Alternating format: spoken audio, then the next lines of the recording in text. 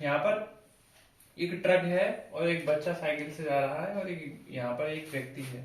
जब हम बात करेंगे, जब ट्रक से किसी व्यक्ति की टक्कर होती है तो द्रव्यमान अधिक होने के कारण नुकसान ज्यादा होता है। द्रव्यमान अर्थात ट्रक जो है उसका जो मास है वो क्या है, ज्यादा है। ट्रक का मास ज्यादा होने के कारण, द्रव्यमान ज्यादा होने के कारण अगर व्यक्ति से टकराता है तो नुकसान क्या होगा, ज्यादा अधिक मात्रा में नुकसान होगा। कैसा होगा नुकसान, अधिक मात्रा में नुकसान होगा। अगर इसी प्रकार जब ये जो व्यक्ति है, ये व्यक्ति जब साइकिल से टकराता है तो मास क्या है साइकिल का, कम। मास कम होने के कारण इस पर क्या प्रभाव पड़ेगा, व्यक्ति पर ज्यादा प्रभाव नहीं पड़ेगा। अर्थात इसका मतलब है कि नुकसान जो है, नुकसान काय के प्रोपोर्शनल है, प्रोपोर्शनल है द्रव्यमान के। काय के अनुक्रमानुपाती है, द्रव्यमान के। अगर द्रव्यमान बढ़ेगा तो नुकसान बढ़ेगा, अगर द्रव्यमान घटेगा तो नुकसान भी घट जाएगा। द्रव्यमान अगर घट जाएगा तो नुकसान भी कम हो जाएगा, अगर द्रव्यमान बढ़ेगा तो नुकसान भी बढ़ जाएगा। जब वस्तु का वेग, यहां पर करते हैं, जब वस्तु का वेग समान हो, मान लेते हैं ये 10 किलोमीटर प्रति सेकंड की रफ्तार से चल रहा है, प्रति घंटे की रफ्तार से ले लेते हैं, और ये भी 10 किलोमीटर प्रति आवर की स्पीड से क्या कर रहा है, चल रहा है। ये भी ट्रक भी 10 किलोमीटर की रफ्तार से चल रहा है और साइकिल भी इसी स्पीड में चल रही है। तो जब वस्तु का वेग समान हो तब द्रव्यमान समान हो, तब जिस वस्तु का द्रव्यमान, जिस वस्तु का द्रव्यमान अधिक होता है,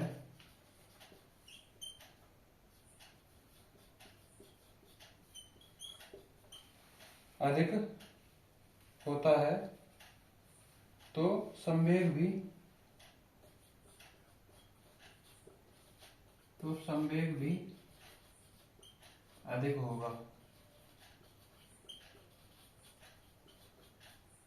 इसके विपरीत अगर द्रव्यमान कम है तो संवेग भी कम होगा। यहाँ पर गति के द्वितीय नियम को प्रतिपादित करते हैं कि प्रारंभिक वेग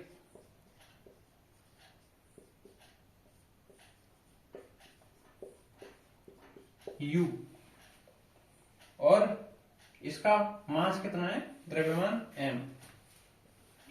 वेग में जो परिवर्तन है उसकी दर क्या है, t। तो t क्या है, दर। अब प्रारंभिक वेग जब u है तो अंतिम वेग क्या होगा, v। अंतिम वेग v। माना कि कोई हमारे पास बॉल है, ये क्या है बच्चों, बॉल। जब बॉल या गेंद, ये भी क्या है, यहां पर भी एक बॉल या गेंद है।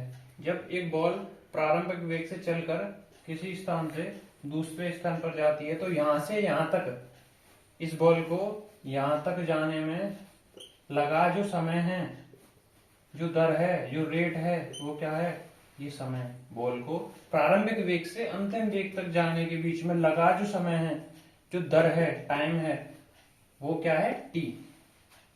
अब पहला संवेग, संवेग संरक्षण के नियम से बात करें तो संवेग क्या है, संवेग बराबर हमने पढ़ रखा है, संवेग बराबर p बराबर m इंटू v।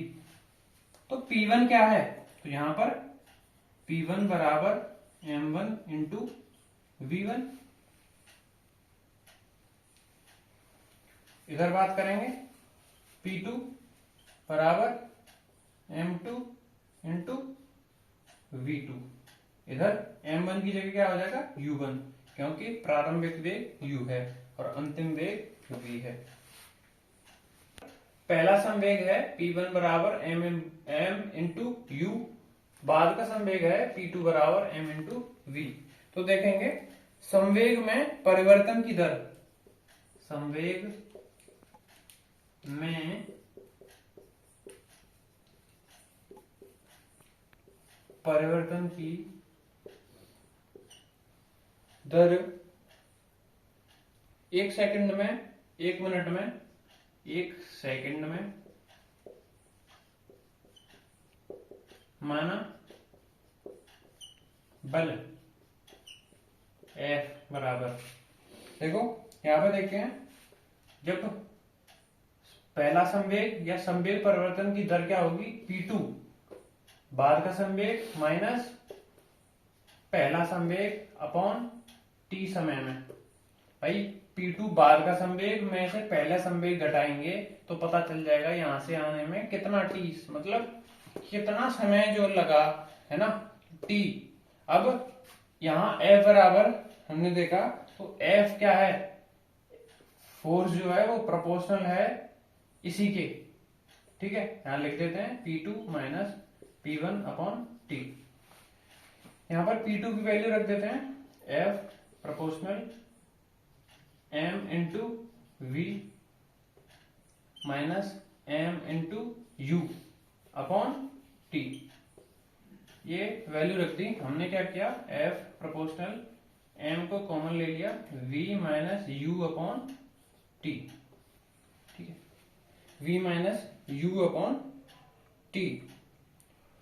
त्वरण बराबर वेग में परिवर्तन की दर, यहां पे रखेंगे त्वरण बराबर वेग में परिवर्तन की दर, v बराबर u प्लस एटी, v बराबर u प्लस एटी। तो यहां पर हम इसको निकाल के देखेंगे तो यहां क्या होगा, a बराबर v minus u upon T. तो चूंकि इधर दे रखा है a का मान क्या दे रखा है, v minus u upon T, तो इसके स्थान पर हम a रख देंगे। तो f प्रोपोर्शनल m a।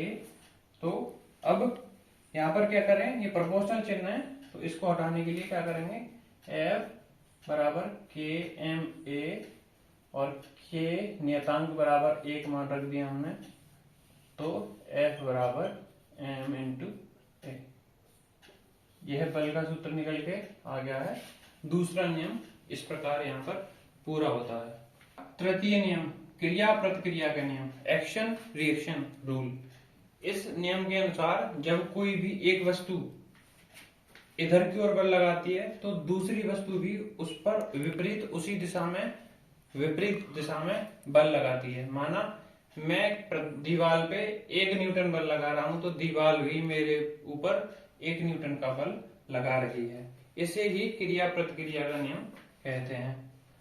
जिस प्रकार हम दीवार पे बल लगाते हैं तो उतना ही बल दीवार हमारे विपरीत दिशा में लगाती है।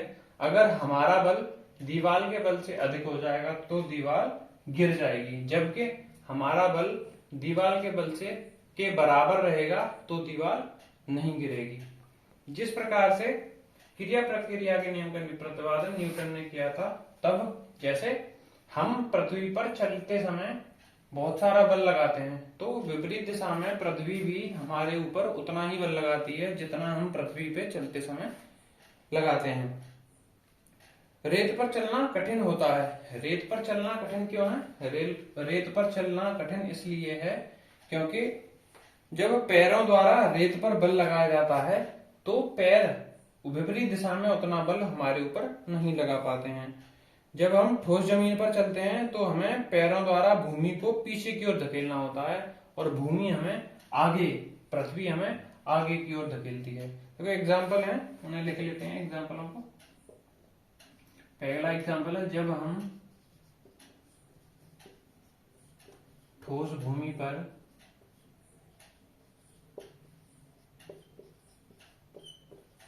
चलते हैं तो हम पृथ्वी को पीछे की ओर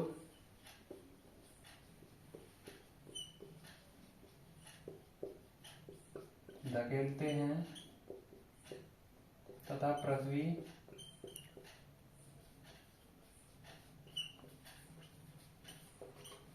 हमें आगे की ओर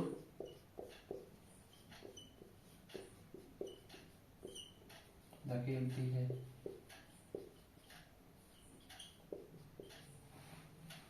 दूसरा नियम है, जब नाव से उतरने वाले यात्री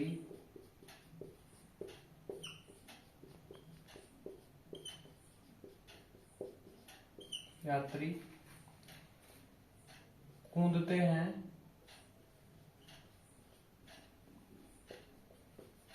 तो वह नाव पर विपरीत दिशा में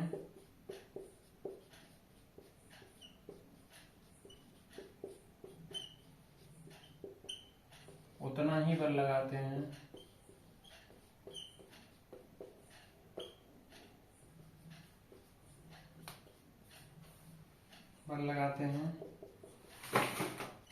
जितना आगे कूदने में लगाते हैं।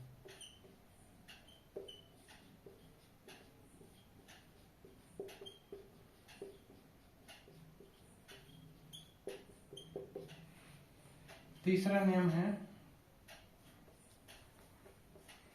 जब कोई बंदूक चलाता है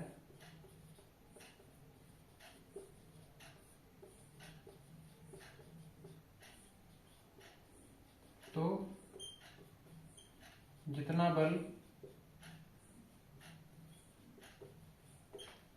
गोली को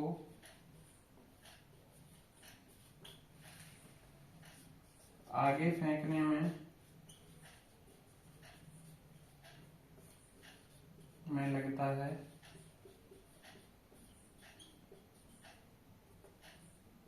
उतना ही बल विपरीत दिशा में भी लगता है।